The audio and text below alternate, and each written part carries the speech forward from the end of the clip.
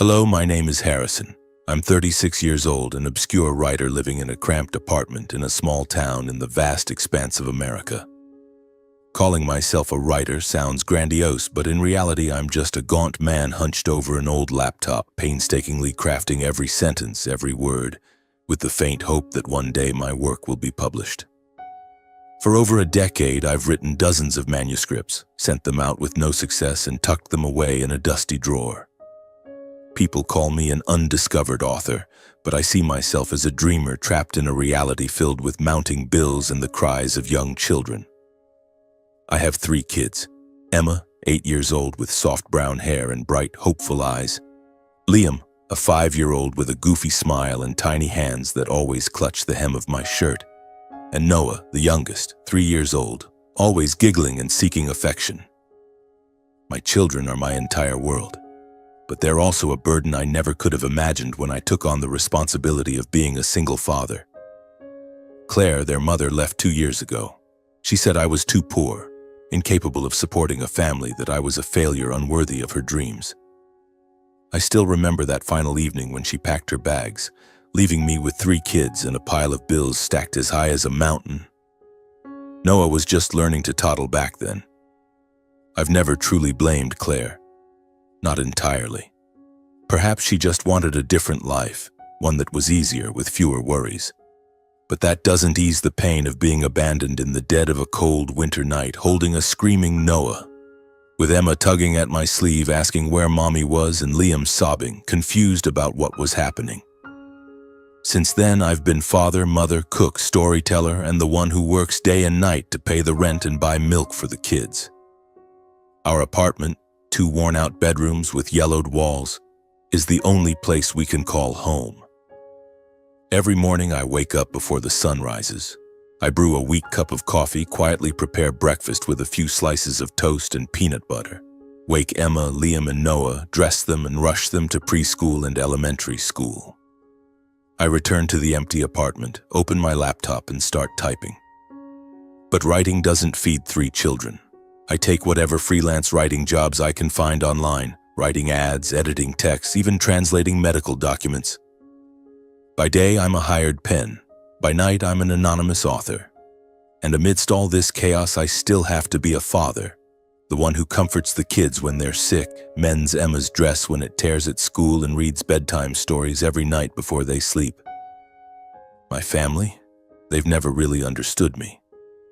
My parents live in Florida, in a fancy beachside condo where sunlight streams through floor-to-ceiling windows. They call a few times a year, make polite small talk, then remind me that you should have chosen a practical career like accounting or engineering. They haven't visited since Claire left, and when I ask them to watch the kids for a weekend, they always have an excuse, busy with a yacht trip or a golf game. I used to hope they'd change, that they'd see how hard I've tried to keep this family from falling apart. But all they see is a Harrison who can't make money, not a father desperately clinging to his last shred of hope. Every time I watch my 3 children sleep soundly in their beds, my heart feels heavy. Sometimes I think, if only I could give them more. A spacious house, good meals, weekend trips they've only seen on TV. But all I can do is keep going, day by day, hour by hour, working, writing, and holding my kids close when night falls. I know I'm living on the edge, not just financially, but on the brink of exhaustion. There are nights, after the kids are asleep, when I sit in front of my computer screen and tears just fall. Not because of the story I'm writing, but because of the overwhelming sense of helplessness.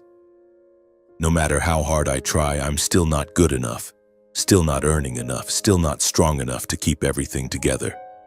But then I wipe away the tears and tell myself I can't give up. I can't let Emma, Liam, and Noah see me weak. They need me, and I need them. But no matter how many times I told myself I wouldn't break, fate continued to test us mercilessly. On one freezing morning, Emma started coughing violently. Her hoarse coughs echoed through our small apartment like waves crashing against the fragile walls of my life. At first, I thought it was just a common cold.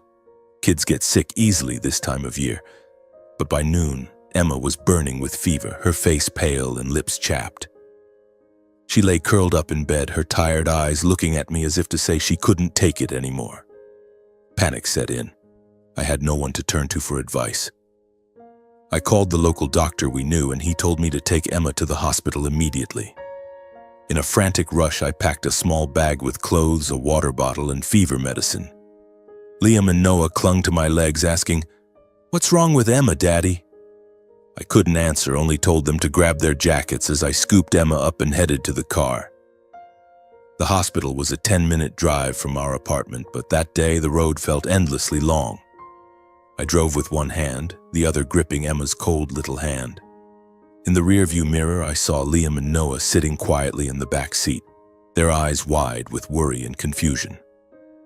I kept whispering, "It's okay, sweetheart, we'll be at the hospital soon." But in truth, I was reassuring myself. When we reached the hospital, doctors and nurses quickly took Emma into the emergency room.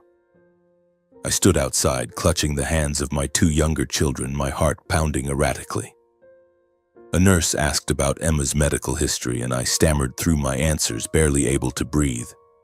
Finally, the doctor emerged, his face grave, and informed me that Emma had severe anemia and needed immediate in-depth testing.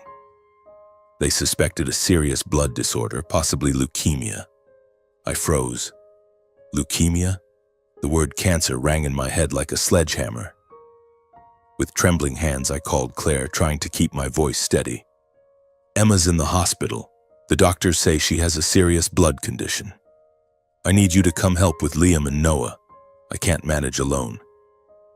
Her response was as cold as ice. "Harrison, you know I've started a new life. I can't drop everything to come back. You'll have to figure it out." I was stunned into silence before the call ended with a long beep. I tried calling my parents, clinging to a faint hope that they'd show some care for their grandchildren. But they brushed me off, saying they were traveling in Europe and couldn't return early. I stood in the hospital hallway, clutching my head, feeling the world collapse around me. Emma was lying in a hospital room, Liam and Noah clinging to my legs. I had no one, not a single soul. I took Liam and Noah to a small waiting room outside the treatment area, letting them play with some worn-out toys.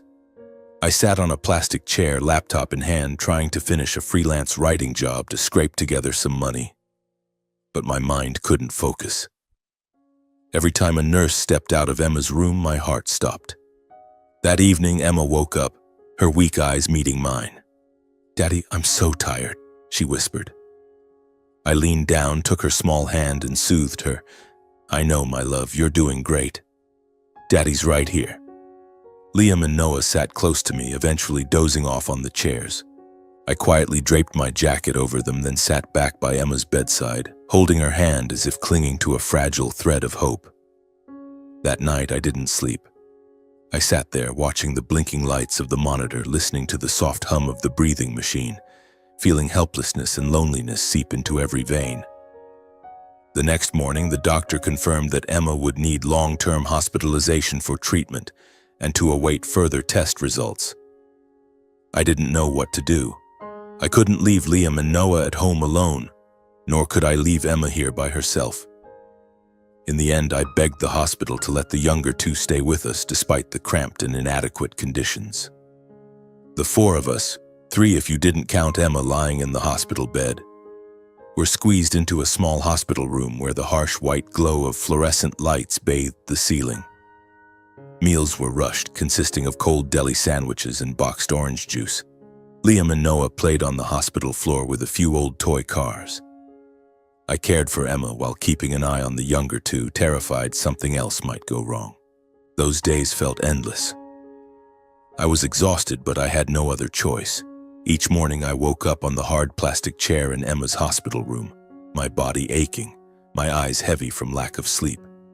I'd get up early, gently wake Liam and Noah sleeping nearby, and rush them to school.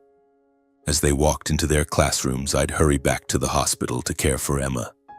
She lay in her bed, her face always pale, her lips dry. I'd hold her hand, whispering, "Daddy's here. You don't have to be scared." During the day, I juggled caring for Emma and working on freelance writing jobs on my laptop to make ends meet. At noon, I'd grab a quick bite at the hospital cafeteria, a sandwich and a watery coffee, my mind preoccupied with picking up the younger kids in the afternoon. Right after school, I'd leave the hospital, drive to pick up Liam and Noah, and return. The three of us would pile into the old car, the kids chattering about their day at school, though their eyes still carried worry for their sister Emma. In the evenings, I brought them to Emma's hospital room. Liam would sit on the bed next to her, telling her about school while Noah scribbled on paper.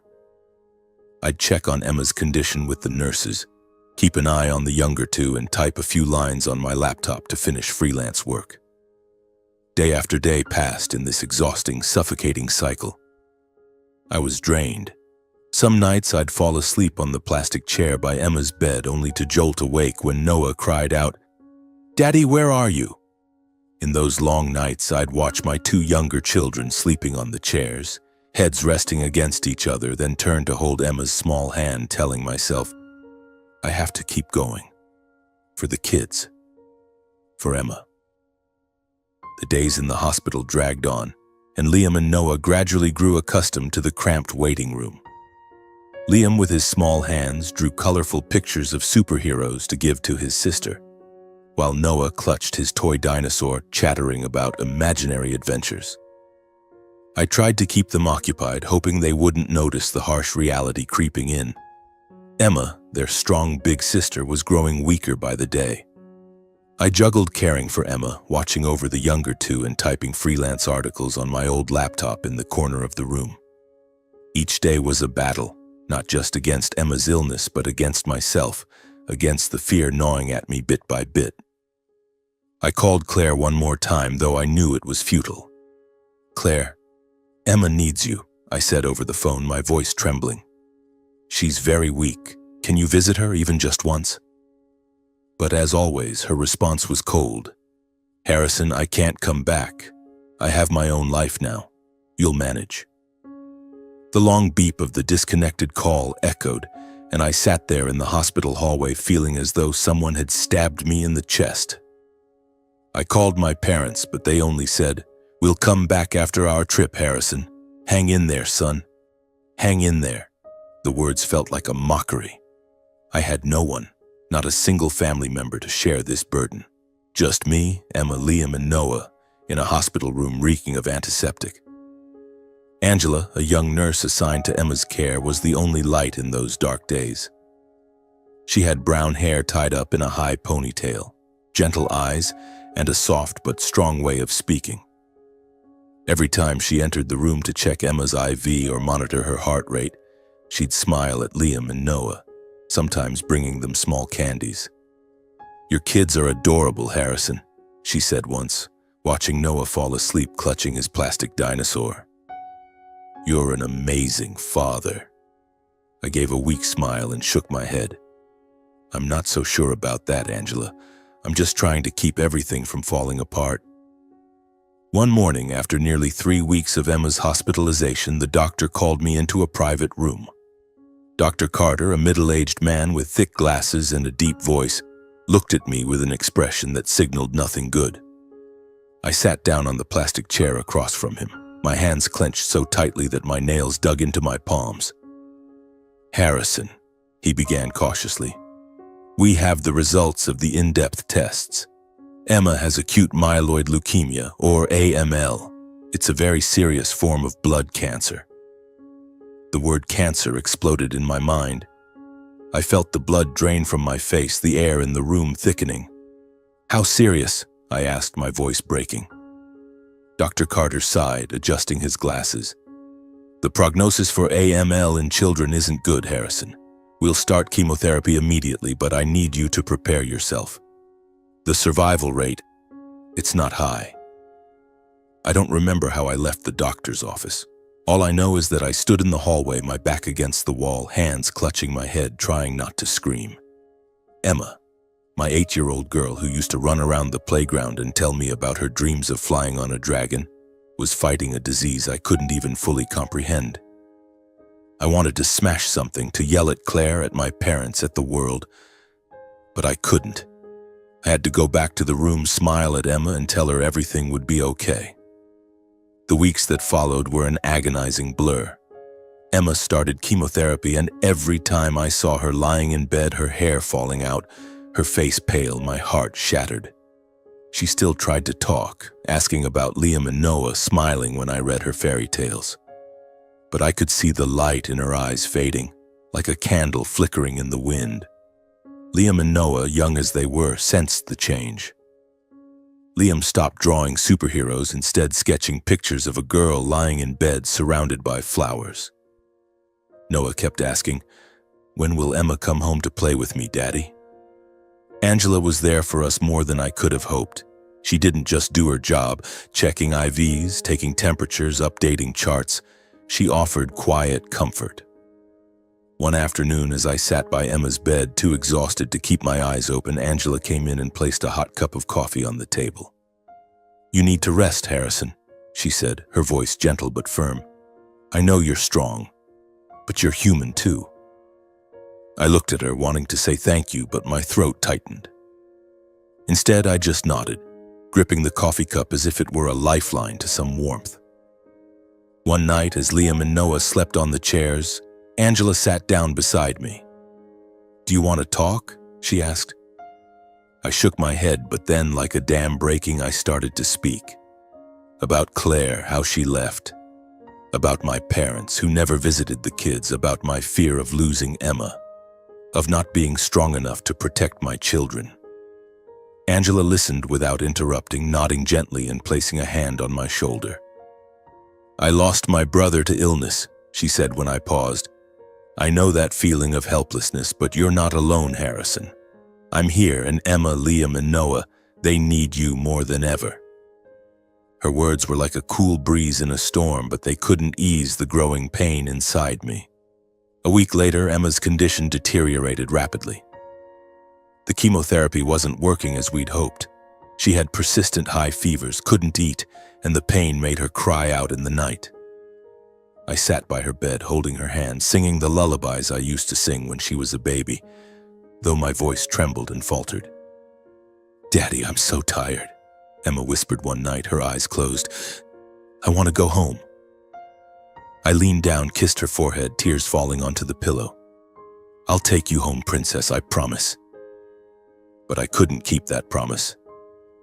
A few days later, Emma passed away. I was sitting by her bed reading a story about a princess and a dragon when the monitor began beeping frantically. "Nurses rushed in, doctor." Carter appeared, but I knew in that moment that Emma was gone.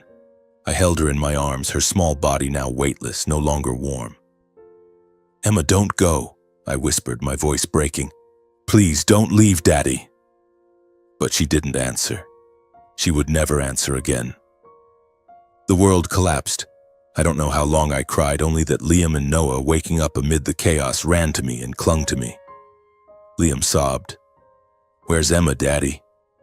Noah, with his innocent eyes, just held my hand and whispered, "Don't cry, Daddy." But I couldn't stop. I had lost Emma, my brightest light, the girl who dreamed of dragons and taught me how to be a father. I felt I had failed. Failed Emma, failed Liam, failed Noah, failed myself. Angela stayed with me through those hours. She didn't say anything, just stood there, a hand lightly on my shoulder, a quiet anchor keeping me from collapsing. She helped care for Liam and Noah, taking them outside to play so I could stay with Emma to say my final goodbye. When I left the room, clutching Emma's tiny sweater, Angela approached and handed me a glass of water. "Harrison," she said, her voice low but steady. "I know it feels like you can't go on, but Liam and Noah are still here. They need you. And Emma, she would want you to keep going." I didn't respond. I couldn't. But deep down, I knew Angela was right. Liam and Noah, the two little boys sitting in the waiting room, still needed me. I wiped my tears, took a deep breath, and walked out to hold my sons. "We'll be okay," I said, though I didn't believe it myself. But I had to try. For Liam, for Noah, and for Emma, who would forever be a part of me, even if only in memory. The days that followed were a dark void. I arranged Emma's funeral, a simple service in the small church in Willow Creek. Only me, Liam, Noah, and a few kind neighbors attended. Claire didn't show up, only sending a brief text. I'm so sorry, Harrison. My parents made it to the funeral after their trip, but by then it meant nothing to me. I stood by Emma's small coffin, looking at her peaceful face, wondering if I could go on living without her. The days after Emma's funeral felt like I was no longer Harrison. I was a hollow shell, moving, talking, and breathing, but inside, there was only a pitch-black void. Each morning I looked in the mirror and saw a stranger. A man with red-rimmed eyes, deep dark circles, and a gaunt face carved by time's relentless knife. I had lost Emma, my 8-year-old girl with a smile as bright as the sun, who dreamed of dragons and believed her dad could do anything.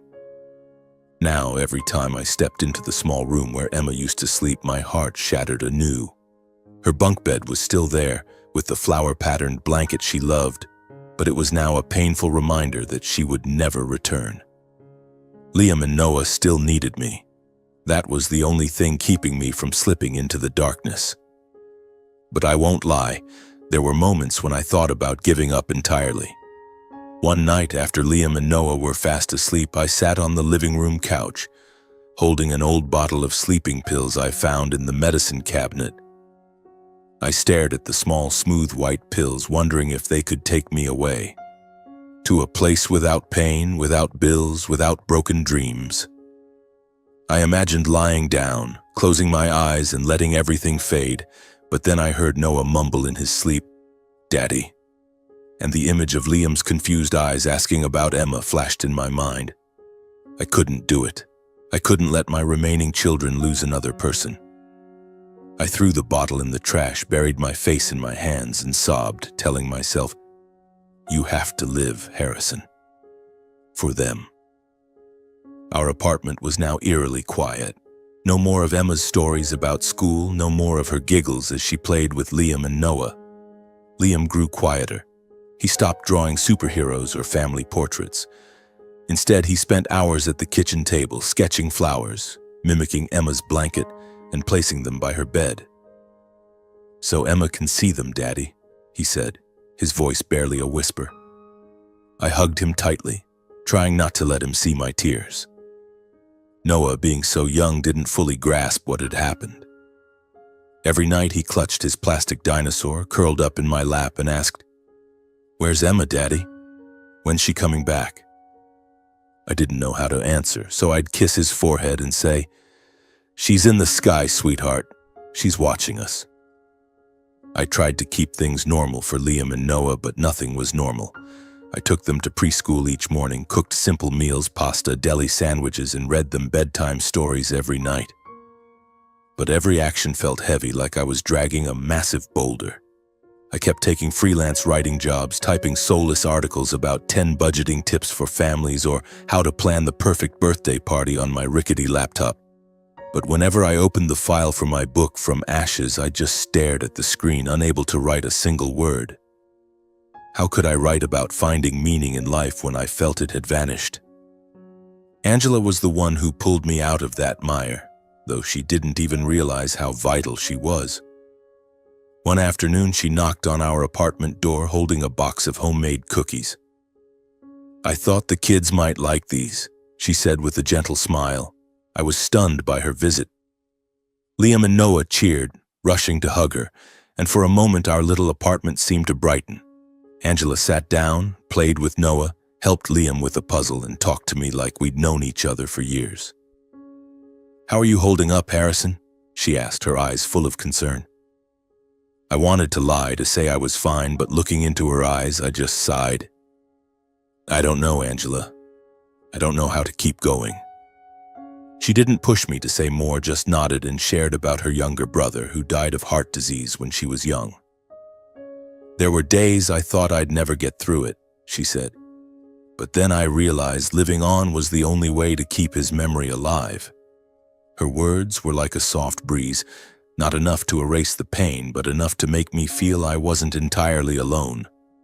One night after Liam and Noah were asleep, I opened my laptop and looked at the From Ashes file. I didn't plan to write, just to read the lines I'd written long ago when I still believed I could create something worthwhile. But then, as if a door in my heart swung open, I started typing. I wrote about Emma, Her smile, her dragon dreams, the way she held my hand in the hospital. I wrote about Claire, her betrayal, and the times she rejected our children. I wrote about my parents who chose a European vacation over their dying granddaughter. And I wrote about myself, a single father, a dreamer crushed by life, yet still clinging to hope for my 2 remaining children. The words poured out like a river carrying both pain and love. I wrote every night when the apartment was quiet with only the sound of typing and the steady breathing of Liam and Noah. I didn't know if what I was writing was publishable, but for the first time in months, I felt I was doing something meaningful. Each page was a way to keep Emma alive, to face my pain and to remind myself I still had Liam and Noah. Angela became our anchor. She visited more often, bringing cookies, storybooks for the kids, or just sitting and listening to me. Once, when I told her about my new pages, she smiled. "You should finish that book, Harrison. I believe it'll touch people." I shook my head, giving a weak laugh. "It's just the ramblings of a failed single dad." But she placed her hand on mine, her voice firm. "No, Harrison. It's the story of a loving father who didn't give up, even when everything was against him. That's a story worth telling." Her words sparked a small light in me. I started spending more time on the book, writing in the late hours after Liam and Noah were asleep. I wrote about the hospital days, about Emma's tired eyes saying, "I'm so tired," about Liam drawing flowers for his sister, about Noah clutching his dinosaur and sleeping on my lap.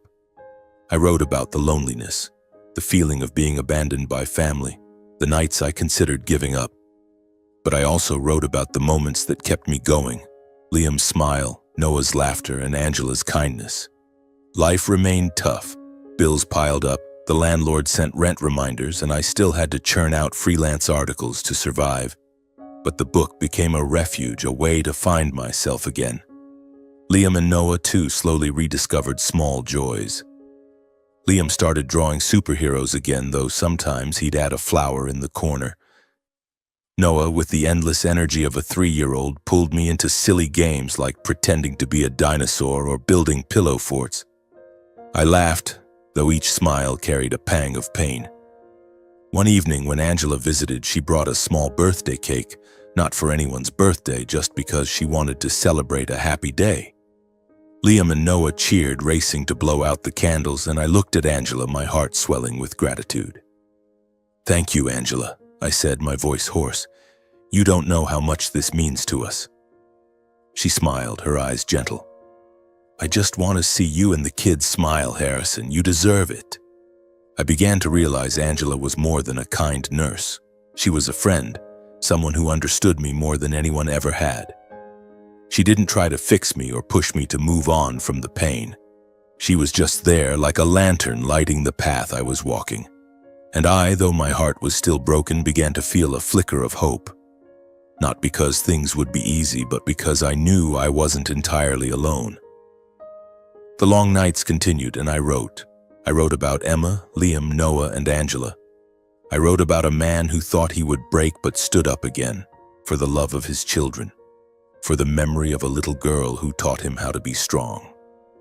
I didn't know if this book would change my life, but I knew each word was a step forward, a way to keep my promise to Emma, that I would keep going, even if the world fell apart. 6 months passed since Emma's death. I finally completed the manuscript for From Ashes. I sent it to publishers, clinging to a faint hope. Then one morning I received an email from a small publishing house in New York. I was sitting in the kitchen nursing a watery coffee while Liam and Noah bickered over the last cookie. The email's subject was simple: offer to publish From Ashes. My heart pounded, my hands trembling as I opened it. "Dear Mr. Harrison," they wrote, "we were deeply moved by your raw and heartfelt story. We believe this book has the potential to touch the hearts of many readers." I read it over and over, thinking I must be dreaming. After years of rejection letters, I couldn't believe someone saw value in the words I wrote through tears. The publishing process moved faster than I expected. I worked with an editor named Sarah, a middle-aged woman with a gentle but sharp voice. She helped refine the manuscript, preserving my raw, honest tone while making the story more cohesive. "This isn't just your story, Harrison," Sarah said over the phone. "It's the story of anyone who's lost someone they love, who thought they couldn't go on but stood up again." I nodded, though she couldn't see, feeling a flicker of pride for the first time in years. From Ashes was published on a rainy October day. I didn't expect much, hoping only to sell a few hundred copies, enough to pay off some debts and buy Liam and Noah new toys. But then, like a tidal wave, the book took off. A review in the local paper called it a love letter to fathers, mothers, and broken hearts. A popular blogger shared my story on social media, and soon From Ashes climbed Amazon's bestseller list. I received emails from readers everywhere. Fathers who lost children, single mothers, people who thought they couldn't survive their pain. They wrote, "Your story made me feel less alone." Each letter was a brick, rebuilding a part of me that had crumbled. Then came the interviews. A local TV station invited me to their studio, where I sat under blinding lights, stumbling through stories of Emma, Liam, Noah, and the nights I thought I couldn't go on. "What kept you writing?" the host asked, eyes curious. I took a deep breath, thinking of Emma, her smile. "My kids," I answered. "Emma taught me how to love, Liam and Noah taught me how to live. I wrote to keep my promise to them that I wouldn't give up." From an unknown writer, I suddenly became a name people recognized. Invitations to speak poured in, from local libraries to mental health workshops, then larger events in distant cities. I stood before hundreds, sharing my journey as a single father, the pain of losing Emma, and how I found meaning through writing. Each time I spoke, I felt Emma somewhere, smiling at me as if she were proud of her dad. The book's royalties started coming in, not a fortune, but enough to change our lives. I paid off the overdue rent, bought better groceries, and for the first time in years, I didn't worry about the electricity being cut off. More importantly, I decided to leave the cramped apartment where every corner reminded me of Emma. I found a small house on the outskirts of Willow Creek. Not a mansion, but big enough for Liam and Noah to have their own rooms with a small backyard. On moving day, Liam ran through the house, shouting, "Daddy, I have my own room." Noah, clutching his plastic dinosaur, bounced on the grass, laughing so hard I couldn't help but laugh too. For the first time, I felt I was giving my kids a real home, but the pain of losing Emma never left me. Each night after Liam and Noah were asleep, I sat in the new living room staring out at the dark backyard, thinking of her. I remembered her voice, the way she called Daddy when she needed me, the way she held my hand in the hospital. Some nights I cried, not out of weakness, but because I knew this pain would always be part of me. Yet I also knew I had to live, not just for Liam and Noah, but for Emma, for what she taught me. Angela remained a constant in our lives, an indispensable part. She visited the new house, bringing a small potted plant to brighten the garden, as she put it. Liam and Noah adored her. Liam called her superhero Angela, while Noah clung to her, demanding dinosaur stories. I looked at her, my heart swelling with gratitude. Angela wasn't just the nurse who stood by me in the hospital. She was the one who helped me see life was still worth living. One evening, as we sat on the porch watching Liam and Noah chase each other on the grass, she took my hand. "You've done something amazing, Harrison," she said. "Not because of the book, but because you didn't give up." I squeezed her hand lightly, saying nothing, but knowing she was part of why I was still standing. I started attending a support group for parents who'd lost children, held at a community center in Willow Creek. My first time there, I felt awkward, like I didn't belong. But as I sat and listened to others share about a boy lost in an accident, a girl who died of illness, I realized I wasn't alone. I spoke about Emma, her dragon dreams, and how I nearly gave up. People listened, nodded, and an older woman took my hand, saying, "You're a strong father. She must be so proud of you." For the first time, I felt understood, not as a writer or author, but as a father learning to live with pain. The support group became part of my life. I went weekly, not just to share, but to listen, to learn how to turn pain into inspiration. One member, a father named Tom, talked about planting a garden in memory of his son. I thought of Emma and decided to plant a rose bush in our backyard, her favorite flower. Liam and Noah helped me dig the soil and water it, and every time the roses bloomed, I felt Emma was still here in those vibrant red petals. Our new life wasn't perfect. Some days I woke up with that same emptiness, still heard Emma in my dreams. Liam still drew flowers in the corners of his sketches, and Noah's questions about his sister grew less frequent but never stopped. But we were learning to live, not to forget Emma, but to carry her with us. I kept writing, not just for From Ashes, but because I realized writing was how I faced the world, how I kept my promise to Emma. One evening, as I edited a speech for an upcoming event, Liam walked in holding a new drawing. "Daddy, I made this for you," he said, handing me a sheet of paper. In the drawing, I stood between Liam and Noah, holding hands with a small girl with wings standing on a cloud, smiling. "That's Emma," Liam said, his voice shy. "I think she's happy." I hugged him, tears streaming down my face. "She is happy, son," I whispered. "And Daddy's going to try to be happy too for you and Noah." Angela visited soon after, bringing a tray of freshly baked cookies. She sat down, looked at Liam's drawing, and smiled. "He's got talent, Harrison," she said, "like his dad." I laughed, and for the first time the laugh felt light, unburdened by pain. "Thank you, Angela," I said, "for everything." She didn't reply, just took my hand, and in that moment I knew we were building something, not to replace Emma, but to keep going with her in our hearts.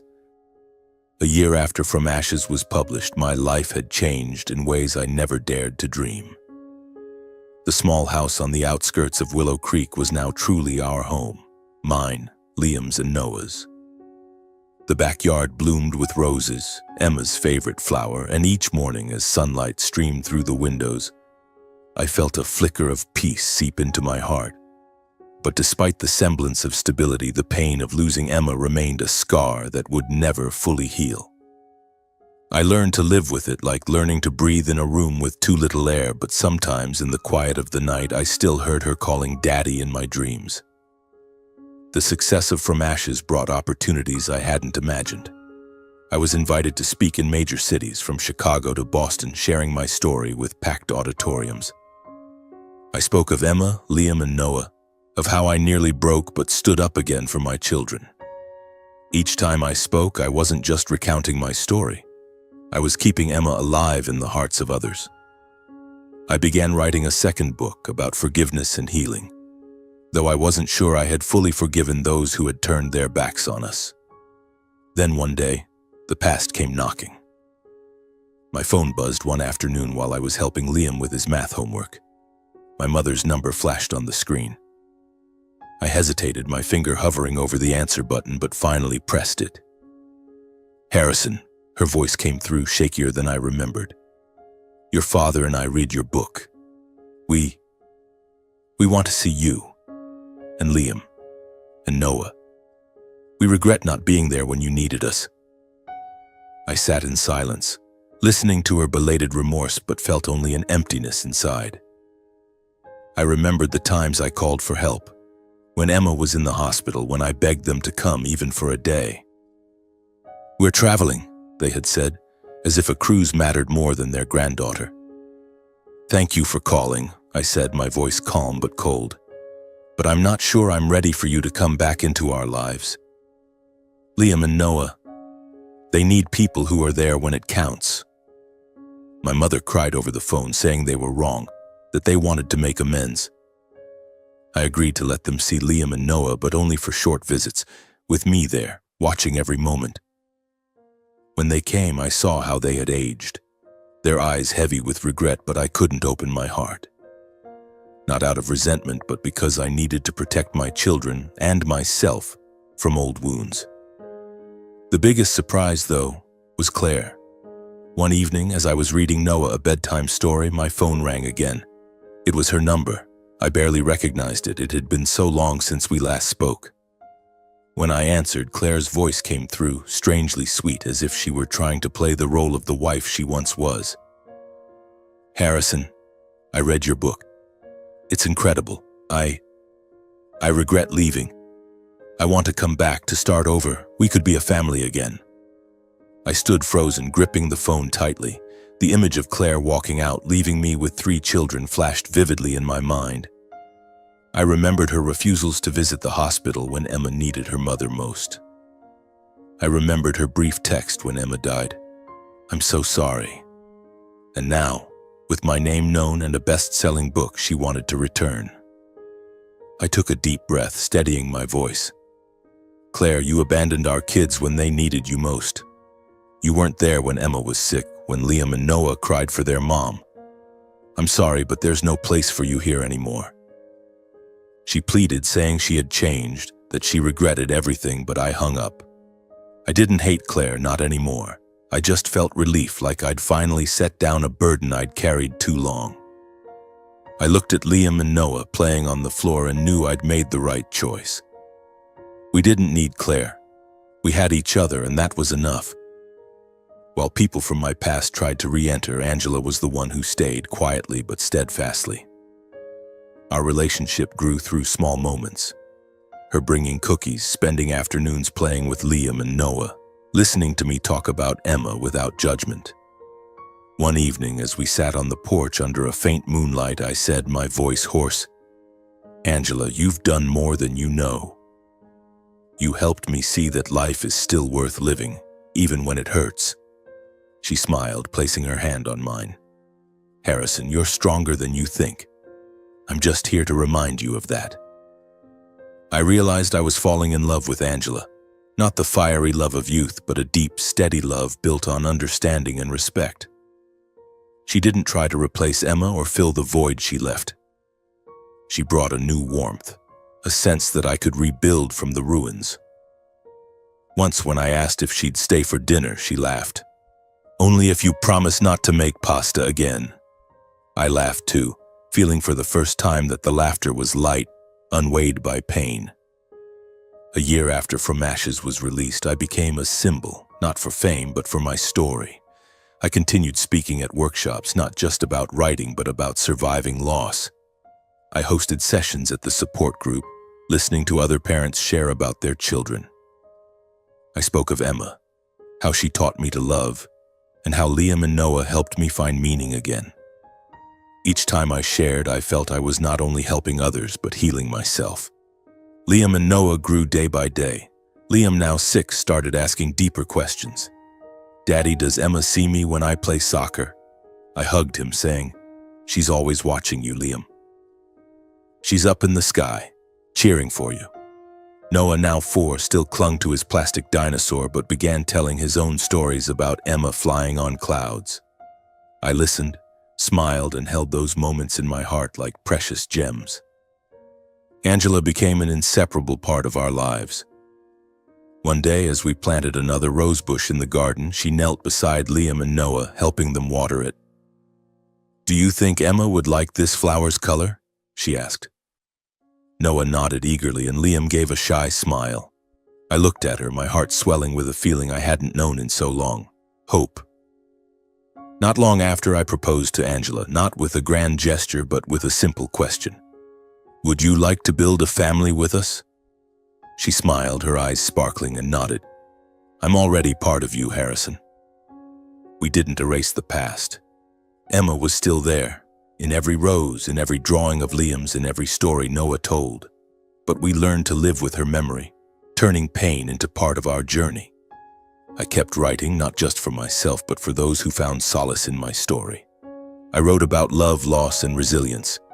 And I lived for Liam, for Noah, for Angela, and for Emma, the girl who taught me that even in brokenness, light could be found. One morning, I stood in the garden watching Liam and Noah run and laugh under the sunlight. Angela stood beside me, hand in hand, and I felt a peace I once thought I'd never know again. Our life wasn't perfect, but it was ours. A new family built from the ashes with love and hope as its foundation. I looked up at the sky, whispering, Emma, I did it. Are you proud of me? And in that moment, I felt a gentle breeze, as if she were smiling from above.